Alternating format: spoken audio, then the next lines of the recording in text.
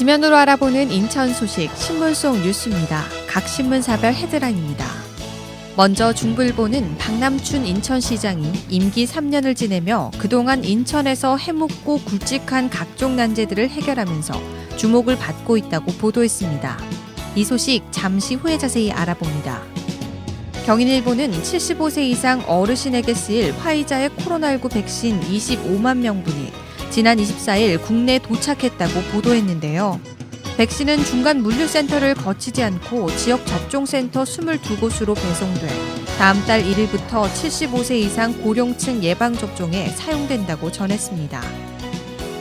기호일보는 인천시가 미래 핵심 먹거리 중 하나인 게임 산업 육성을 본격화한다고 보도했는데요. 다만 e스포츠 전용 경기장 등 안정적인 게임 산업 생태계 유지에 밑거름이 될 수 있는 인프라 구축은 과제로 남아있다고 전했습니다. 인천일보는 올해 인천 지역의 서울대 합격생은 203명으로 지난해 165명보다 38명 늘어났다고 보도했습니다. 이 소식도 잠시 후에 자세히 알아봅니다. 그럼 중부일보 기사 자세히 살펴봅니다. 박남춘 시장이 오랫동안 풀지 못했던 수도권 매립지 사용 종료를 위해 자체 매립지 조성에 한 걸음 내딛고 있다고 보도했는데요.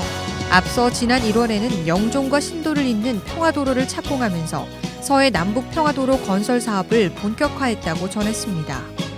이외에도 박 시장은 1939년 일본의 조병창에서부터 미육군 군수지원사령부인 에스컴시티 캠프마켓까지 80여여간 시민과 단절됐던 부평 캠프마켓 반환 결정을 이뤄냈다고 전했습니다. 박 시장은 시민의 수건 체감 사업을 해결하고 도시의 기본 기능에 투자를 더욱 늘리겠다며 시민과 함께하는 시정과 더불어 인천을 대한민국 성장 동력으로 만들겠다고 말했다고 신문은 보도했습니다. 다음은 인천일보 기사 자세히 살펴봅니다.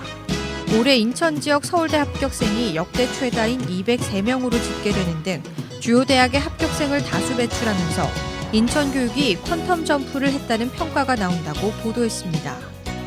서울대뿐 아니라 연세대와 고려대 등 최상위권 대학 합격률도 늘어났다고 보도했는데요.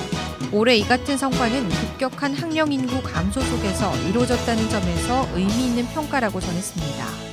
시교육청은 지역 고등학교와 대학을 연계해 학생부 종합전형의 경쟁력을 강화하고 온오프라인으로 학생 개인별 맞춤형 진학 지도를 한 것이 주요한 것으로 분석했다고 신문은 보도했습니다.